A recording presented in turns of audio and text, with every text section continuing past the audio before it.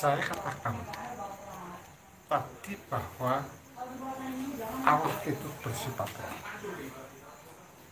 Maka firman yang ada di dalam Allah juga bersifat. Setelah itu menjelma menjadi manusia, berarti dia mengenakan keberadaan baru yang sebelumnya tidak ada.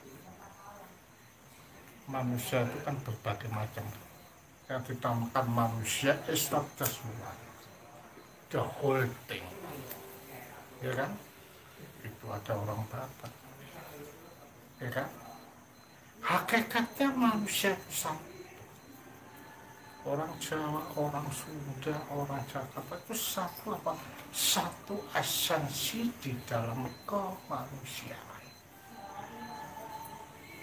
Makanya ada seorang ahli dan orang filsuf dari Syria pernah mengatakan, ini berbicara kepada apa itu namanya guru. Guru, bagaimana saya bisa mengasihi orang tanpa ada rasa benci sedikit pun. Nah, pada waktu itu guru namanya ini guru Aba Aganto.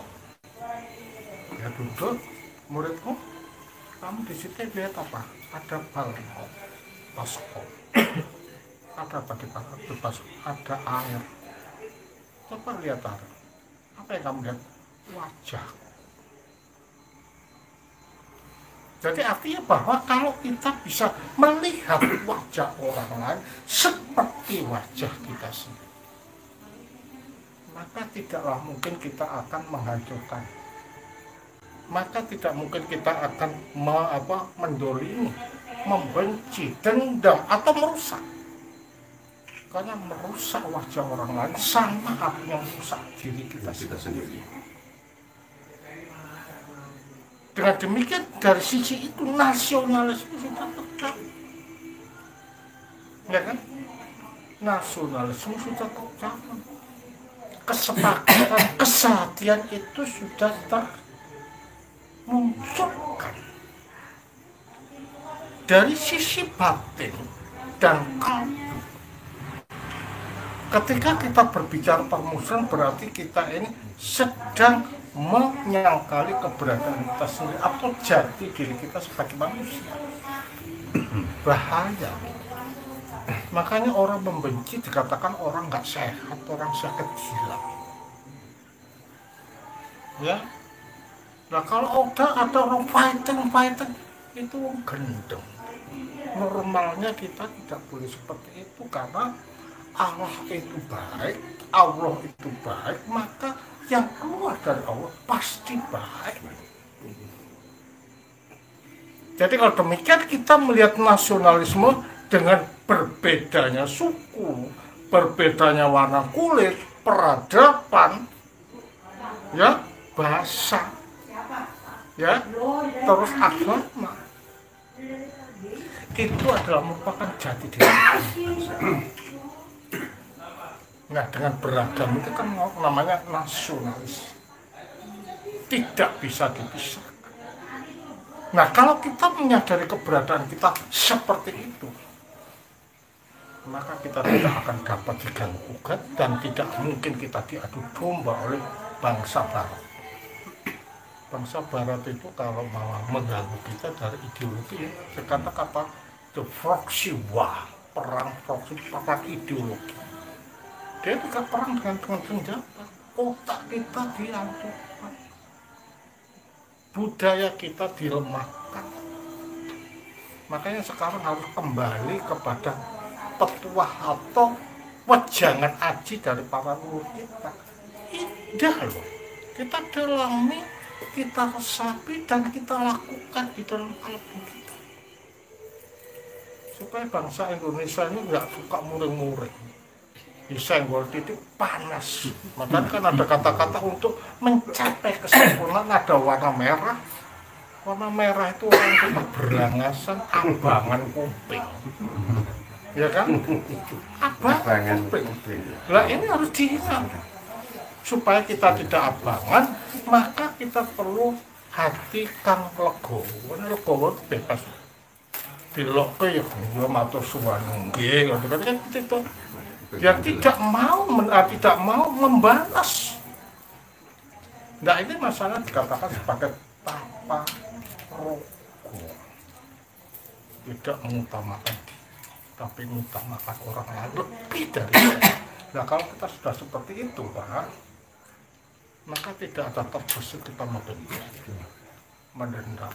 Apalagi ngakali orang, kadang-kadang mau Indonesia banyak ngakali orang. Mereka harus dihilangkan supaya kita PCTA ini menjadi PCTA yang betul-betul berbudi luhur, berperilaku adiluhur, kembali pada jati diri sendiri. Orang Indonesia orang nggak berangasan, udah diberangasan, kita niru orang Arab seperti itu. Jati diri kita sendiri. Mungkin dari sini kita lihat Natal sudah berdasarkan pada ideologi mengacu kepada nasionalis, keharmonisan hidup berbangsa dan bernegara. Oke? Jelas? Terima kasih. Sambut Pak. Jelas nggih? Mungkin yang kurang jelas kirang kata-katanya nanti di YouTube-nya diulang-ulang. Iya kan gitu nggih? Mudah-mudahan nanti kita paham. Nggih. Udah mungkin ada pertanyaan? Oh, ibu-ibu nggih. Oh, monggo mulai ini dari Jombang ini. Saya salam berkat rahmat Allah. Salam. Saya Laili dari Jombang. Pertanyaan saya, apakah dalam Kristen Ortodok ada juga seruan untuk cinta tanah air, wajib cinta tanah air, gitu Romo. Jadi nanti saya bisa menjelaskan ke teman-teman atau siapa bahwa di agama lain lo juga ada seperti ini, seperti itu. Sebagaimana kita ketahui bahwa di dalam gereja untuk ada doa mengatakan segala sesuatu yang baik itu turunnya dari atas. Artinya dari Allah yang Maha Esa atau Sang Paling. Nah, Allah itu baik, maka kita juga baik. Nah, di dalam gereja Ortodok itu cintailah negara, cintailah pemerintah. Itu karena pemerintah dan negara adalah refleksi pantul dari pemerintahan Allah yang ada in heaven. Berarti kalau demikian cinta kepada negara, bangsa itu tidak bisa ditawar-tawar. Itu kewajiban harga mati. Makanya dalam gereja Ortodok selalu mengatakan supaya dituntun pemerintahan kita, diterangi pemerintahan kita supaya dapat memimpin dengan adil dan makmur. Jadi tidak ada in my mind to rebel the government. Want to follow it, dedicate to the government. This is our life as Christian. Okay? Jadi kita tidak ada rasa untuk memberontak, tapi kita setia terhadap gereja. Makanya gereja Ortodok itu selalu jadi Banten dibunuh karena apa? Karena kita tidak mau tetapi kita mempunyai istilah simponi dan harmoni. Kalau itu pemerintahnya baik, kita dukung. Kita mempunyai hubungan harmonis, tetapi kalau tidak, ya kita menyuap. It's not true, it's not justice. Kita try to meluruskan hal-hal seperti itu. Dan itulah sifat kenabian kita harus ada di sini. Jadi makanya kalau kita melihat ketidakbenaran jangan diam, sama artinya kita tuh mendukung gak baik. Kita selalu, makanya saya akan klaim ke Pak Haji. Nah, itu yang dapat saya katakan. Terima kasih. Terima kasih Romo Yohanes atas pertanyaan dari Ibu Laili dari Jombang. Bagaimana Bu Eli? Paham nggih? Bisa diketuturkan ke yang lain nanti nggih? Nah, terima kasih. Saya mungkin bisa. Monggo. Salam berkat rahmat Allah. Salam. Salam. Kami nama Omar sebagai ketua DPC PCTA Indonesia cabang Jombang Romo. Tadi saya mengikuti ibadah Romo di dalam. Setelah berdoa, tadi saya menyaksikan kok ada semacam di kita sedekah spontanitas. Lalu yang saya tanyakan, apa peranan Natal dari sisi kemanusiaan dan budaya, Romo? Terima kasih, Romo. Di dalam gereja ortodok, kata sedekah itu kan memberi. Kehidupan manusia itu adalah kehidupan yang berbagi, kehidupan yang sharing. Ketika kita pelit, berarti kita bukan manusia sosial. Ya? Nah, dengan kita sedekah seperti yang dikatakan yang dilakukan oleh saudara Islam, itu sebenarnya kembali pada jati diri kita sebagai makhluk sosial yang berbagi, yang mau memberi, bahkan hidupnya sendiri diberikan untuk orang lain. Nah, kalau kita sudah mempunyai prinsip seperti itu, Pak, maka tidak ada kita itu akan menyakiti. Pasti. Karena apa? Karena sedekah itu artinya kita itu mau menghargai orang lain lebih dari diri kita sendiri. Mau merasakan sakitnya orang lain seperti sakitnya kita sendiri. Kebahagiaan orang lain seperti kebahagiaan sendiri.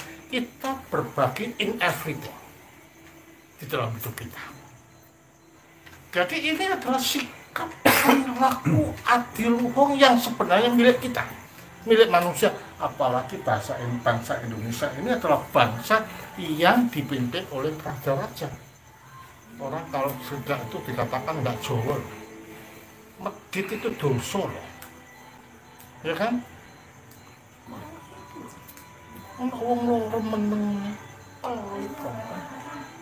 nah pakai kita ingin dikatakan orang seperti itu, ya kan? Dikatakan orang nggak Jawa, artinya orang yang tidak punya adat. Nah orang Jawa, orang Nusantara nggak gitu. Kalau kita hidup di Barat terserah, kita bukan orang Barat, kita orang Timur yang mempunyai perilaku adiluhung, sopan santun, tahu umpan papan, di mana kita bertindak dan di mana kita tidak. Makanya kata bakho, yang dari bagong dari bahasa Arab, bakho itu adalah melakukan sesuatu, memikirkan untuk kita, baik dan tidak. Itu harus menjadi sikap kita. Kalau tidak, rusak kita. Dan kita kembalikan kepada jati diri bangsa dan leluhur yang sudah mengajar. Oke? Jadi hal ini harus kita menjadi landasan hidup kita. Nanti akan kuat PCTA kalau seperti itu. Tidak pelit. Maka-maka orang pelit. Ya, makasih. Terima kasih Pak Komar, pertanyaannya sudah dijawab dengan jelas.